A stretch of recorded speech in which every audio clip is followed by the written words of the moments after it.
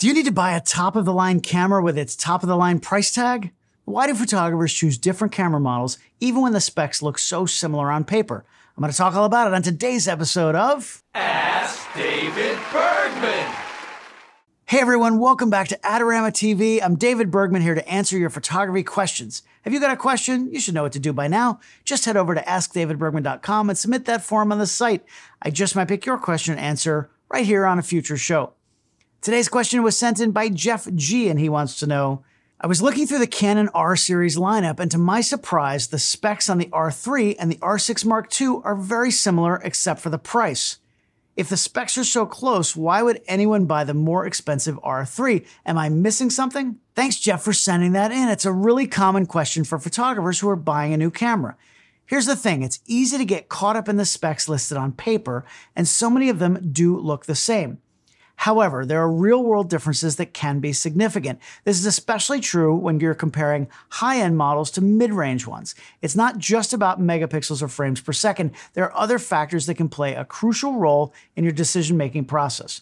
Now, I'm going to start here today by going through some of these factors in general for any camera brand, and then I'll talk more specifically about the two Canon bodies that you mentioned. Now, the first thing to look at is build quality and durability. High-end cameras are made to withstand the toughest shooting conditions. They usually have weather sealing to protect the internal components from things like dust, moisture, and even extreme temperatures. That makes them ideal for professionals who shoot in challenging environments like sports, wildlife, and photojournalism. Mid-range cameras also have good build quality, but they may not be as rugged or as weather-resistant as their high-end counterparts. If you frequently shoot in harsh conditions, the added durability of a top-of-the-line camera can be a huge bonus for you. The next difference is the autofocus systems.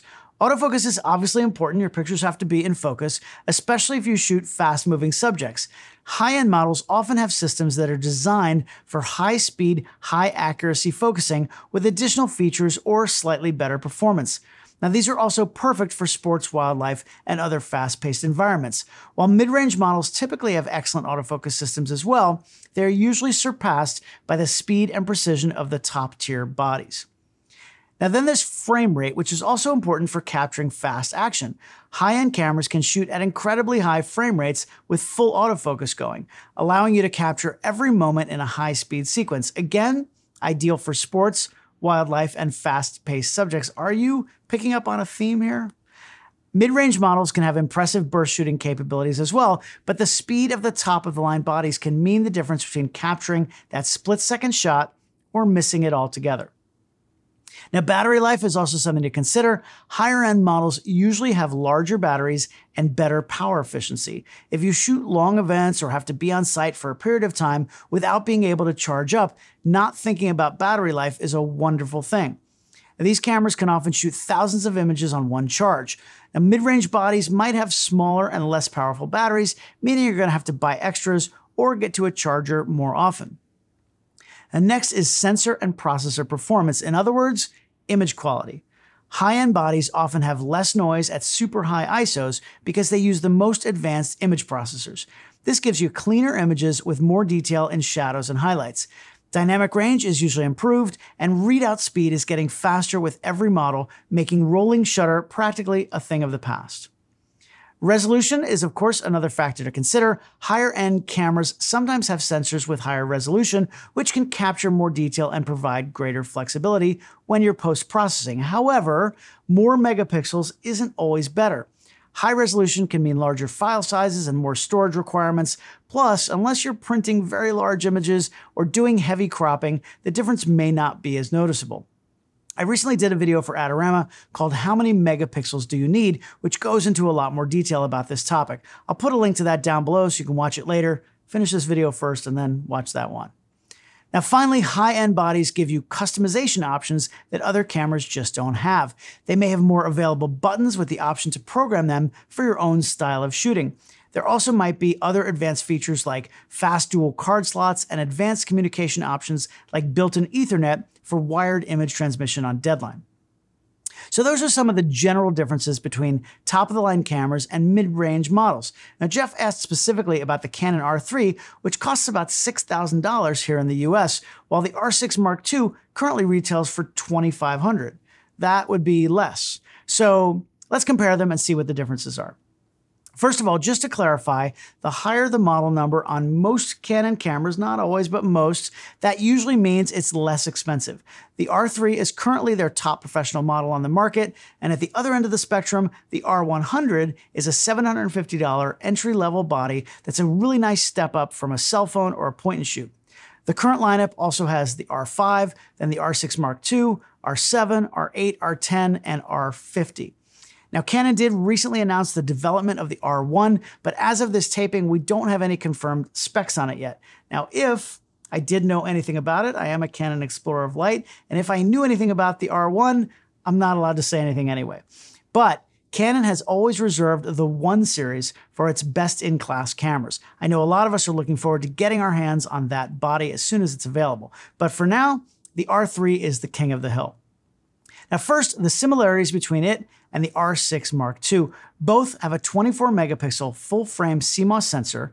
Autofocus is dual-pixel CMOS AF2 with 1053 AF points and subject tracking. They both have in-body image stabilization, or IBIS, of up to 8 stops, and both have excellent video capabilities with Canon Log 3 and a bunch of other cool things that I don't really use since I primarily am a still photographer.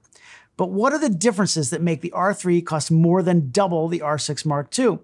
Well, both cameras have impressive features and capabilities, but it's not quite an apples-to-apples comparison. The R6 Mark II was released a full year after the R3, so it definitely has some advances for a mid-range camera that brings these two bodies closer together. But there are still some practical considerations that might make one or the other a better fit for your specific needs. First, there's the build quality. The R3, it's built like a tank. It has a more robust magnesium alloy body with superior weather sealing. I've been caught in rainstorms during outdoor shoots, and while I wouldn't want to drop it in a lake, the R3 has handled some rain without a problem. Now, as for autofocus, both are excellent, with the R6 Mark II adopting many of the features of the R3. The R3 does have a unique eye control system, allowing you to select focus points by looking at them through the viewfinder, but honestly, I don't use that too often since I'm kind of stuck in my old ways of focusing. Now for batteries, the R3 has a huge advantage. It uses the Monster LP-E19 battery, and I can shoot thousands of images on a single charge. The R6 Mark II uses the smaller and less powerful LP-E6NH. Now you can buy a grip for the camera that allows you to have 2 batteries in there, but that's of course an extra expense and adds more size and weight. Now, both cameras do have dual card slots, but the R3 has one that's CF Express, while both of the R6 Mark II slots are SD only. The R3 also has built-in Ethernet, which means people like wire service photographers on deadline can get their images out quicker than the competition.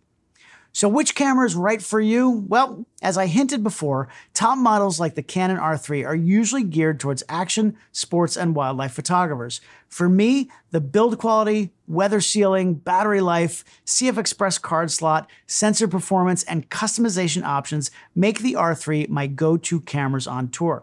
Despite similar specs to the R6 Mark II, the R3 is made for the most demanding photographers. If you're one of those, and you can afford it, of course, a top-of-the-line camera body is an investment that you probably won't regret. You definitely won't regret. Having said that, you can absolutely shoot those types of events with a mid-range body like the R6 Mark II. It's a fantastic camera that has just about everything any photographer could need, while also saving you some cash in the process. Now, what do you all think? Have you had to decide between a high-end and a mid-range camera? Which features helped you make your decision? Let me know down in the comments below. And of course, if you have your own photo question for me, just head over to askdavidbergman.com and ask away. If you enjoyed this video, hit that like button, subscribe to the Adorama YouTube channel, and ring that bell icon to be notified about new videos from me and all the other hosts here on Adorama TV. Thanks for watching, and see you next time when I'll have another question to answer right here on Ask David Bergman.